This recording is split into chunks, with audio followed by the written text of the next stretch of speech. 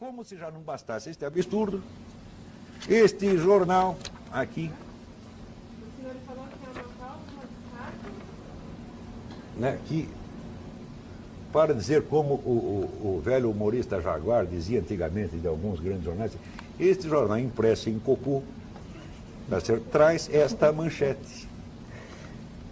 Comemorando os 60 anos do fim da guerra na Europa, porque depois a guerra continuou no Japão, põe esta foto de Stalin e o rotula o libertador da humanidade. Não satisfeito com esta coisa, quer dizer, o senhor de fato libertou uma boa parte da humanidade. Ele libertou da vida 20 milhões de russos. Né? Quer dizer, dizem que a invasão hitlerista matou 20 milhões de russos, mas nem precisava, porque Stalin já tinha matado outros 20 milhões quando Hitler entrou lá. Como se não bastasse isso, ainda tem um subtítulo maravilhoso aqui, porque é: sob o comando do maior e melhor dos seus filhos, a humanidade derrotou o nazifascismo. Maior e melhor de seus filhos. Quer dizer que no entender destes animais, Stalin foi maior que Buda, Jesus Cristo, Moisés, etc, etc. É o maior e melhor dos filhos da humanidade, o maior dos filhos da... Não é para falar palavrão, tem aquela senhora, dona Janaína, né? Dona Beatriz. Dona Beatriz achou ruim. Mas a senhora sabe do que este homenzinho é filho. Né? Muito bem. Ora, exibir Stalin como alguém que nos libertou do nazismo não é totalmente falso, porque de fato a Rússia entrou na guerra, tá certo? E de fato perdeu 20 milhões de soldados combatendo o nazismo. Perdeu 20 milhões de soldados por quê? Porque a Rússia não tinha armas, então tinha deficiência de armas em face dos alemães, então usava como armas o quê? Os corpos humanos.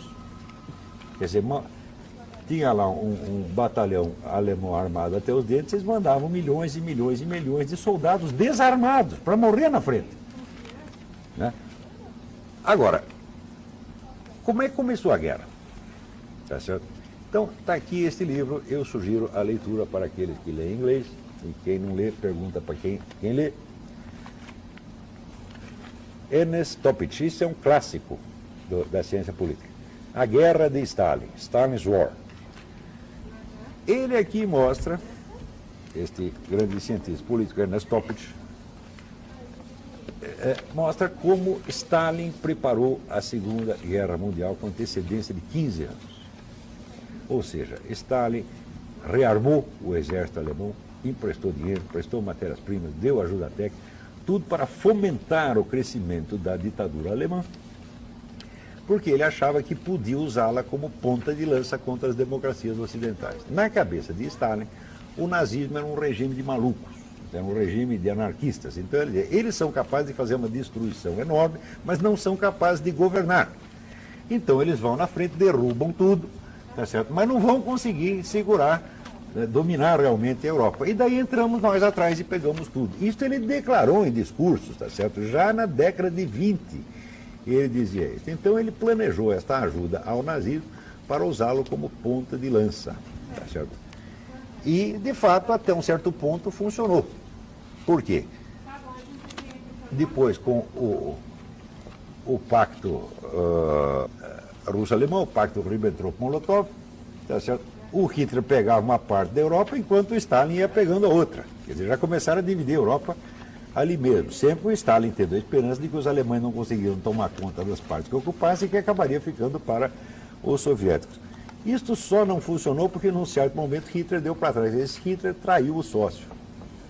E isto pareceu a Stalin tão absurdo, quer dizer, isso contrariou tantas expectativas de Stalin, que Stalin demorou 3 dias para acreditar que os exércitos alemães tinham invadido realmente a Rússia. Ele não acreditava, dizendo, não, é mentira, isso é falsa informação, isso é desinformação plantada pelo serviço secreto inglês, não tem alemão nenhum aqui, até que a coisa ficou demasiado evidente e ele teve que perceber. Então, refeito do susto, da traição do seu sócio, tá certo? Começou, vamos dizer, a preparar a Rússia para uma reação, e a Rússia ainda levou mais de um ano para poder começar a se defender. Tão desguarnecida estava contra os alemães, que ela mesma havia armado e ajudado. Então, de quem foi a culpa da Segunda Guerra Mundial? Deste libertador da humanidade, deste maior dos filhos da... Essa que é a verdade. Alfredo do Portão, Olavo, o senhor acha que a ingenuidade das pessoas em geral, dos intelectuais de hoje, a ingenuidade existente no pré-comunismo e nazismo? O senhor pode comentar sobre o livro que o senhor está escrevendo atualmente? Não, não é ingenuidade nenhuma, o que há é esperteza. Quer dizer, todo este pessoal, por exemplo, agora tem muita gente que está brabinho com o governo Lula, né, por um motivo ou por outro, mas que 2 meses atrás estavam assinando manifesto em favor de Hugo Chávez. Quer dizer, eles estão reclamando do Lula, o defeito do Lula ainda não é o Hugo Chávez, né? Então esse pessoal sabe que com a ascensão do regime comunista, eles vão ter poder, é isso que eles querem. Eles fazem parte, né, do aparato partidário, eles fazem parte da máquina de dominação. Toda esta intelectualidade ativista, tá certo, que tem todo o espaço na mídia, tá certo, que ocupa todos os cargos na universidade, todos os cargos na instituição cultural, esta gente faz parte do esquema de poder. Quanto mais a esquerda sobe no Brasil, mais esta gente está bem de vida. E então eles sabem exatamente o que estão fazendo, não é que eles são ingênuos. E quando eles dizem, não, o comunismo não existe mais, isso aí é teoria da conspiração, eles estão se fazendo de morto para assaltar o coveiro. Isto é uma empulhação, não é ingenuidade, não. Por exemplo, esta semana houve um acontecimento fundamental. O presidente Bush, num discurso feito em Riga, Látvia, ele disse que nós americanos, nós agora não somos mais trouxas, nós não vamos mais fazer o que fizemos em Yalta, no famoso acordo de Yalta. Roosevelt praticamente concedeu metade da Europa para Stalin, onde Stalin depois passou 40 anos fazendo um morticínio, fazendo um genocídio permanente. Tá certo? Eu acho que o presidente Bush não quis dizer a verdade sobre o seu antecessor, Roosevelt. Roosevelt nunca foi ingênuo, Roosevelt sabia o que estava fazendo. Tá certo? Roosevelt era pró-comunista mesmo. Roosevelt era um empregadinho de Stalin, sim, ele sempre trabalhou para isto, ele sabia o que estava fazendo. Roosevelt é um criminoso tão grande quanto Stalin, ele ajudou Stalin a matar essa gente toda, ele entregou a Europa na mão de Stalin, quando ele tinha todas as condições. Quer dizer, o exército russo estava em frangalhos, ele não conseguia segurar mais nada, né? E tudo o que naquela época alguns generais como MacArthur e Patton disseram, aconteceu. Disse, olha, isso aí vai ser pior do que foi durante a guerra. Ora, outro dia, veja, só de cristãos, eu dei aqui estatística no programa passado, só de cristãos nesses regimes morreram 13 milhões de pessoas depois disso, sem contar outras vítimas. Tá certo? Quer dizer, o morticínio na China foi posterior à Segunda Guerra. A Segunda Guerra matou 40 milhões de pessoas entre todos os países. O governo chinês matou 60 milhões de pessoas só dentro da China. Quem ajudou a fazer isso? Foi o Sr. Roosevelt. Agora, o Bush, evidentemente, ele não pode cuspir na cara do seu antecessor, então ele disse que foi ingenuidade do Roosevelt ceder perante aqueles comunistas. Foi ingenuidade coisíssima nenhuma. Se eu fosse presidente dos Estados Unidos, também ia ter que disfarçar um pouco. Agora, de qualquer modo, é auspicioso que o Bush tenha percebido que não é para fazer mais isso, quer dizer, não é para dar moleza para esse genocida, como o Roosevelt deu. Agora, o Roosevelt não fez isso por ingenuidade, assim como essa intelectualidade nossa, intelectualidade ativista, não está sendo ingênua ao negar que existe Foro de São Paulo, essas coisas. E está sendo muito esperta, como o Roosevelt foi. O restante da pergunta era, já que eu sou romanista, só explicar que eu não sou romanista nem papista. O que você mais teme? O comunismo ateu ou a teocracia islâmica? Hoje em dia é a mesma coisa. Você não sabe que eles andam de mãozinhas dadas? É exatamente a mesma coisa. Olha, quem conseguiu juntar toda a porcaria universal foi um ideólogo russo chamado Alexandre Dugin, que inventou o nacional-bolchevismo. Se vocês não leram Alexandre Dugin, você não entende o que está acontecendo no mundo. Porque o nacional-bolchevismo é a ideologia dominante hoje, que junta comunismo, fascismo, fundamentalismo, radicalismo islâmico, antissemitismo, anticapitalismo. Toda a porcaria vale tudo para derrotar os Estados Unidos. E é isso que funciona. Então o problema é falar especificamente do comunismo. Bom, claro, o comunismo se livra do comunismo e o radicalismo islâmico atrás. Esta é uma espécie de, que nem aquele negócio que tinha no Agente 86, é a caos.